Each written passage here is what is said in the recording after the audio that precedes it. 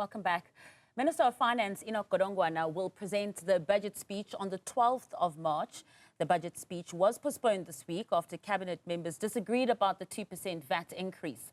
Joining us is Matthew Besanko, who's indirect tax leader at PwC South Africa. Matthew, very good evening to you. A very interesting week we saw.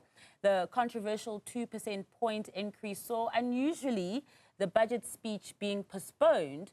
But had it been implemented, what would that mean for an already economically constrained South African? Thank you, Martha, and thank you for having me. And you're certainly right. It was such a week of high drama when it came to the budget. And who would have thought that VAT would have been the one that took it off the table?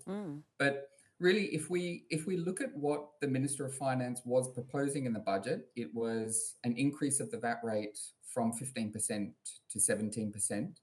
And if you think about how a budget is put together, the government really has three choices. So the government can either cut spending to balance the books, the government can increase borrowing to balance the books, or the government can increase taxation. And in this instance, VAT was the tax that government proposed to increase. The background to this is really because personal income tax is already very high by OECD standards. And the last personal increases in income tax haven't yielded the returns that government expected. And also corporate tax is also very high as well. So really the only lever left that government had was an increase in VAT. 2% is certainly higher than a lot of people had expected, and certainly has attracted a lot of attention. But what government proposed to do, and again, we wait and see what comes out in Budget 2.0, was to soften the impact of that increase in VAT by allowing additional zero-rated food items, targeted primarily at low-income households, and also pausing the increase in the fuel levy. So if you think about fuel levies, each year they need to increase by inflation just to keep pace. So by pausing the increase in the fuel levy by inflation, that means that in fact the government is giving back into society. So what was proposed in terms of zero ratings? Well, a few items, but really not very many. This time round, the government proposed additional zero rating items in the form of dairy liquid blends, a variety of meat products, sheep, poultry, goat, swine, various different types of cuts, so meat on the bone, and effectively offal, that was proposed to come through in the zero-rated food items bucket. Now, if you look back at the history of the food items, when VAT was first introduced, it was 10% in 1991, and there was a very small list of food items. Really, the basics were introduced: brown bread, maize meal, dried beans, lentils, pilchards, and milk powders. In 1993, when the rate was increased to 14%, there was significant pushback from COSATU in terms of the impact that the increase in the VAT rate from 10 to 14% would have had on low-income households. And I'll talk to what it really means for low-income households as well. But as a consequence of that pushback from COSATU, additional food items were added: rice, vegetables, fruit, vegetable oil. Again, 2018, the rate went from 14% to 15%. Treasury that time granted concessions, but only on a few items, not too many. White bread flour, cake flour, and in that case also sanitary pads as well were included on the list. And this time around, the items that I mentioned earlier, which Treasury calculates will result in a 2 billion rand reduction to VAT. So why does it impact low-income households? Well, if you think about it, you can't avoid spending on items that attract VAT. So that means that VAT cost hits consumers. Treasury's calculated that for the average household that spends around 100,000 Rand a year on standard rated items, it will result in an additional 1,740 Rand a year of additional tax that those households are carrying. And we also mustn't forget some of the other small stealth taxes, as I like to call them as well, hidden in the budget. So apart from the VAT rate increase, there's also increases coming through in excise on alcohol products and excise on tobacco products. Now, the excise on alcohol products is going up by more than inflation at around 6.83%, and on tobacco products also going up by inflation.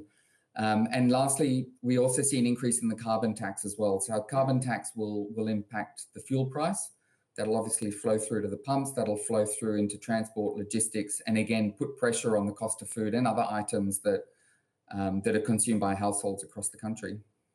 Now, Matthew, as you're saying, so, the Finance Department was faced with just a few options to try and see how they can balance their books. You made mention of perhaps, obviously, what we're seeing now, a proposed increase in VAT, but also cutting spending to ensure that they balance the books.